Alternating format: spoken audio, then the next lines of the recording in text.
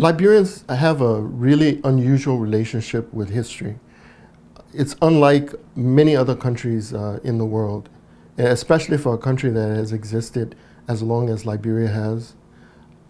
The relationship, as best as I can describe it, would be like, think of a grandparent or an elderly relative who suffers from Alzheimer's, where the person forgets the loved ones, even close relatives, or forget some aspects of their personalities and their identities.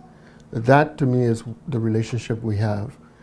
Liberians know very little about our history, especially the history before 1820. And that's the reason I decided to focus on that period for this book. So the book I'm referring to is Between the Kola Forest and the Salty Sea, and it's a history of the Liberian people before 1820. It's taken me about 30 years to do the research and to write this book. I didn't originally plan to do it. I was hoping I would find something already existing and I would read and come to understand the story. But after looking throughout various libraries and not finding any book or articles that addressed that area of research, I decided I would have to do it myself. And the result is this book. I think one of the reasons we've had this gap for a long time, this void, is it in part determined by perspective. Because a lot of people who've attempted to write about the Liberian past take a perspective that is somewhat divisive or very specific, and as a result, you don't get to see the big picture. So I come from a different perspective. I tend to look at West Africa as a whole, and as a result of that, I was able to begin to see certain patterns in language, migrations, and so forth that made me able to fill this void. I've trained in the writing of history. You might know that there's a book called The Historical Dictionary of Liberia, which I co-authored. It's like a small encyclopedia on Liberia. And I've published many journal articles and so forth. So I had that background and the interest, and it led me to undertake this work. Many of the things that I discovered in the course of doing the research really surprised me, and I think it will surprise a lot of readers to find out that, for example, the timing for when our ancestors planted crops was determined actually by astronomy.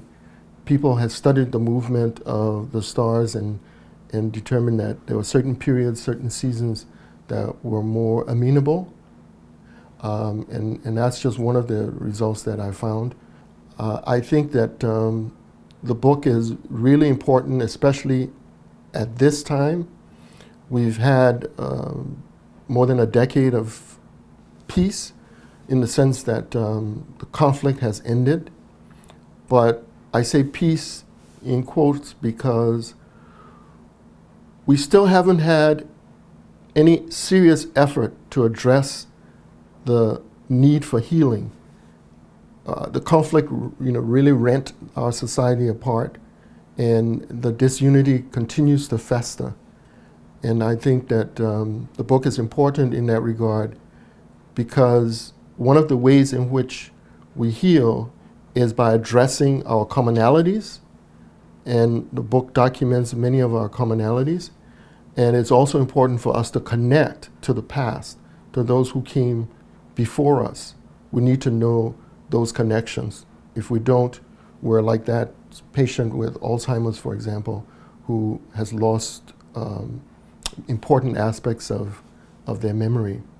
The focus has been, in the last decade or so, the focus of our policymakers and government officials has been mainly on building roads and bridges. And these things are important, but they are not sufficient. And They've overlooked, I think, some of the equally important, less tangible aspects of what we need for healing. And history, I think, is one of those. In the course of doing this research, it has, like I said, taken some 30 years of work. And in the course of that time, I traveled to London, to Paris, checking archives, traveling across the US. It's, you can imagine, been a major expense. Just to give you an example, the maps in the book alone cost about $2,000 for a graphic designer to complete them. And so I'm close. I'm at the point where the book is practically ready, and I just need now for the community to rally to take this across the finish line. And that's where I think, you know, you can help. If we come together, we can make this happen very quickly. What is left is for the book to be laid out by a graphic designer. We need a cover done by a graphic designer. The finishing touches, actually. We need the layout, we need the printing cost to be covered, and hopefully you will step forward to help. I offer a range of benefits to those who will back the campaign on Kickstarter. On the one hand, if you contribute the minimum amount, you'll get a copy of the book. And so it's as if you're pre-ordering the book, and you'll be one of the first to get it in July.